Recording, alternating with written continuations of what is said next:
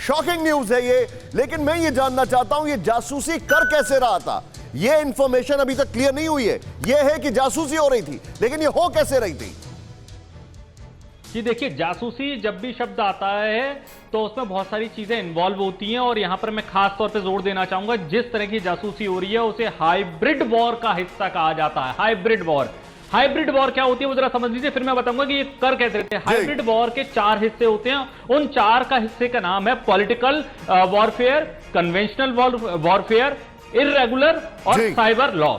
इसमें अभी हम सिर्फ पॉलिटिकल की बात करेंगे। पॉलिटिकल साइबर वॉरफेयर जो है उसके अंतर्गत होता है कि जितने भी पॉलिटिकल लोग हैं उनकी आप अलग अलग तरीके से जासूसी करता है। अभी तक मैनुअली जासूसी होती थी, यानी कि आदमी जाता था देखता था, लेकिन अब टेक्नोलॉजी के जरिए आपका सोशल मीडिया अकाउंट चेक किया जाता है। देश में जितनी चाइनीज कंपनियां काम कर रही थी उनके किसी ना किसी जरिए आपके इन पॉलिटिकल लोगों को जोड़ा जाता है, चाहे उनके अकाउंट बनाए जाते हैं। जैसे आपने बाइट डांस की टिकटॉक कंपनी का देखा था कि दर्जनों लोगों के उसमें सीएम के ऑफिस के अपने अकाउंट बने हुए थे, उनके जरिए इनके सिस्टम में घुसते हैं और वहां इन पर नजर रखना शुरू की जाती है।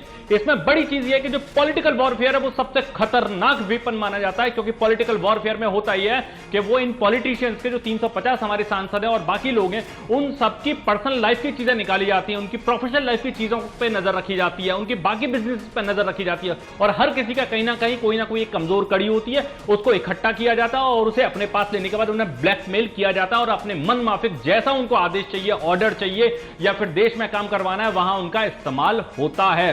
दूसरी एक और बड़ी चीज मैं यहां पर बता दूं कि यह सिर्फ 10,000 का आंकड़ा नहीं है जो इस कंपनी के साथ हो रहा है। ऐसी कई कंपनियां जो देश में और देश के बाहर भी काम कर रही थी।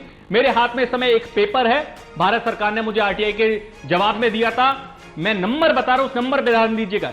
1,42,529 भारतीयों के पैन कार्ड का रिकॉर्ड चेक किया गया है, वो भी सिर्फ 23 महीने के अंदर। वो तारीख भी मैं आपको बता देता हूं, वो तारीख है सितंबर 2018 से लेकर 28 जुलाई 2020 किसके पास है? ये डिटेल है किसके पास? चीन के पास? ये चीन के मालिकों के पास पहुंच गई है, क्योंकि जिस कंपनी ने हिंदुस्तान में यह काम किया उसका मालिक चाइना की पार्टी का सीसीपी का मेंबर है और ऑफिशियली इसको 1 साल पहले खुद चाइनीज मीडिया ने कंफर्म किया कि हां वो व्यक्ति हमारा मेंबर है।